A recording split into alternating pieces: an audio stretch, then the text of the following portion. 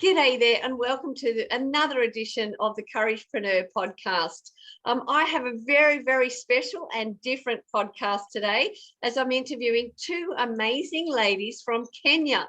They're part of the Maasai Mara region, the tribe over there. And I connected with our first guest, Sereti, through my beautiful friend and colleague, Hannah. So I'm certainly learning a little bit more about their culture and a practice that Sereti is such a huge advocate for stopping. It is female genital mutilation. So a little bit about Sereti. Sereti is from the Maasai Mara region, and she is a staunch community advocate, and she's received national recognition from Kenya as an anti-female genital mutilation champion. And for ease, we will refer to that as FGEM. Sereti is also the founder of a pastoralist foundation. Now, I won't aim to pronounce that. I'll let Sereti do that. But that charity and foundation is all about working to empower young girls. Sereti has a degree in political science and sociology from the University of Nairobi. So thank you and welcome, Sereti. And then we've got a beautiful younger guest, Naeku, and she's only 14, and she's a part of a success story of the wonderful work that Sereti is doing. So thank you and welcome, Naeku. Thank you. Thank you so much for hosting us. Oh, my pleasure. So Sereti, I'll throw it back to you. So why did you start your charity? I started my charity when I was still in campus, and the main reason why I started it is because I went through female genital mutilation myself, and it affected me growing up because I had lost self-esteem issues because I knew that I will not be like any other girl. So I really suffered mentally, physically. As you know, that thing is very painful. So when I grew up knowing that one day I will be able to save other girls from this country. That is why when I went to campus, when I got an opportunity to go to the university, I said that I would come back to my community and save the lives of so many girls. Yeah. That is great. And if you can do us the honor of pronouncing the foundation. Okay. The foundation is called Founder Ntoyie Pastoralist Foundation, which means let's rescue our girls. Yeah, so let's rescue our girls. What a beautiful background to that charity and foundation. Yeah, and I guess if you can just introduce Naeku, share a little bit about her journey and how you connected. Okay, Naeku is a girl, she's 14 years. She's currently in a high school, Sikinani Girls. I was connected to Naeku with a friend who told me Naeku is one person who has gone through psychological problems, physical problems, and a friend introduced me to Naeku, gave me a story. Naeku, if she will be maybe able to tell us a bit about herself, but I can just tell you a bit about her. She is a victim of, she was almost getting married because of lack of school fees. She comes from a very poor background. So my friend brought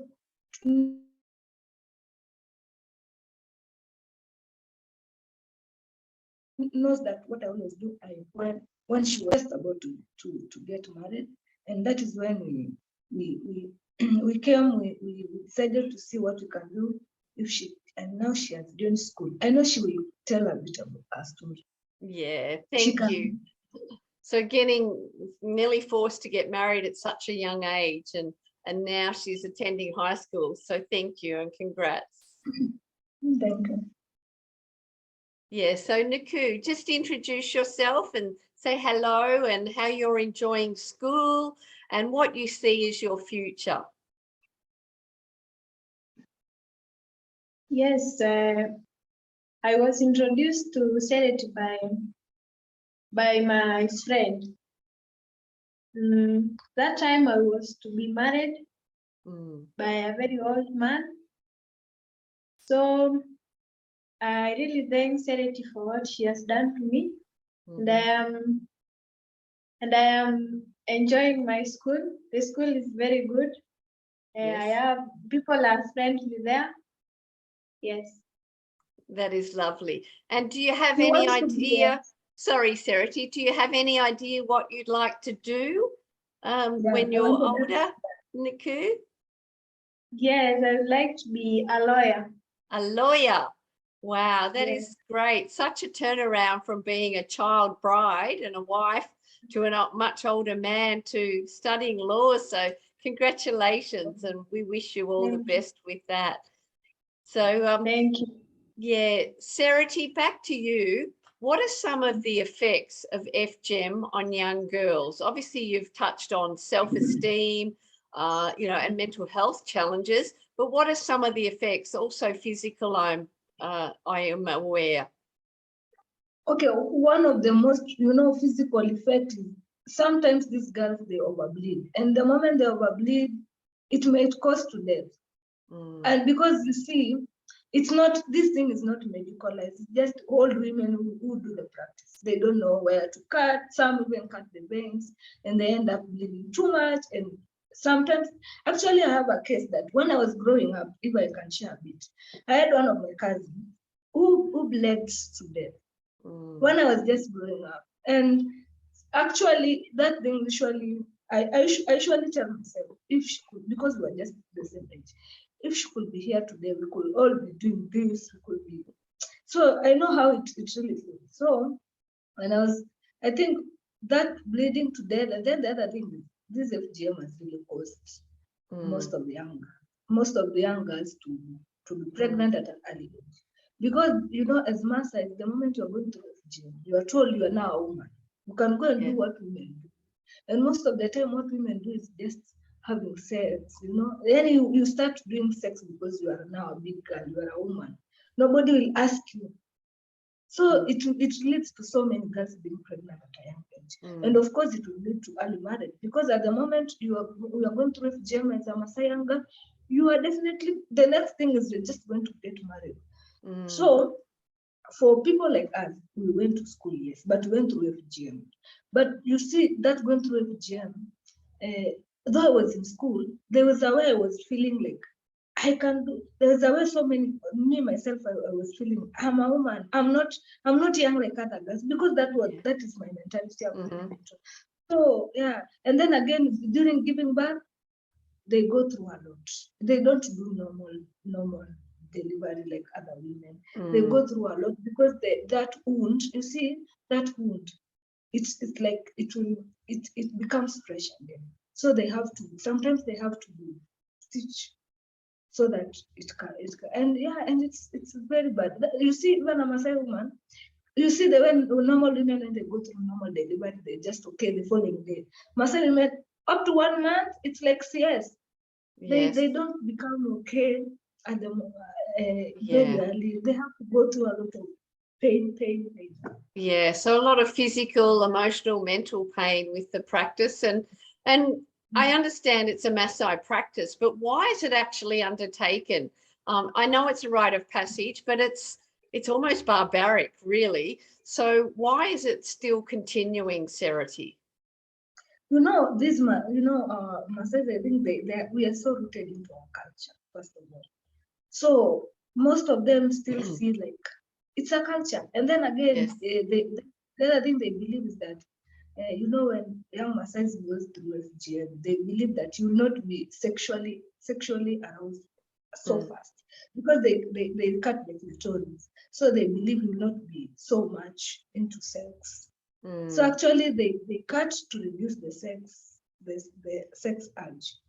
Yeah, that is what they believe. And then again, of course, it's cultural, those things we are rooted to it. We believe that a girl should not give birth without going through FGM. Actually, it's a taboo. When you give birth, not going through FGM, it's a taboo. But thank God today we are not the same. We're having so many girls who are not going through the same. Yeah. So tell us a little bit more about your foundation. Like, do girls go there, or and how can people find out more about your foundation, Sereti? Okay. What we are doing right now, you see, Naeku is our first success story. We rescue girls from early marriages, even those FGM. And of course, when you rescue someone, you are the one we are the people who always sponsors to sponsor them to schools. And yeah, we do a lot of sensitization of FGM. We still go to the villages, to the rooted people. We talk to them, we do a lot of education, we tell them the effects of FGM. Yeah. Yeah. And we have a Facebook page, Founder Ntoyie. So we have a Facebook page, which I'll put in the show notes. But yeah, so people can they donate to that? Yeah, they can join, they can connect, they can like, we have all the information there. Yeah.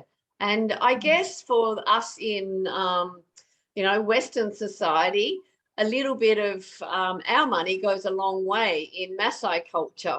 So it would be great if people can contribute or sponsor a girl and, get them through their schooling, even if it's just, for a year or so, it would be great.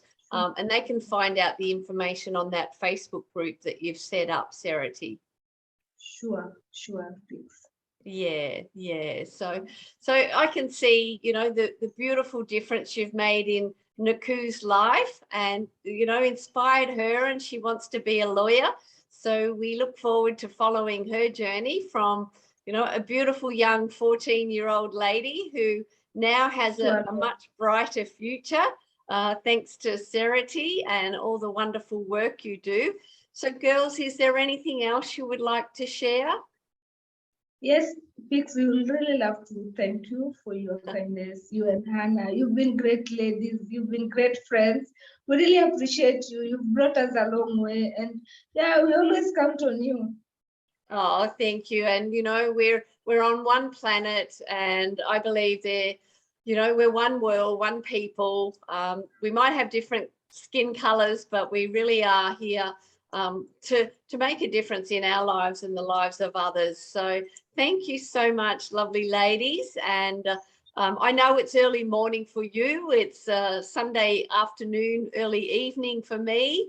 And thank you so much. And I just look forward to keeping in touch with you and following your journey of such amazing advocacy for anti-FGM, that practice that's over there, and saving the lives of girls and giving them hope and courage and inspiration. So thank you so much, Sereti and Naeku. Thank you so much, Pix, too. We really appreciate. Okay, take care, girls. Take care too. Bye-bye.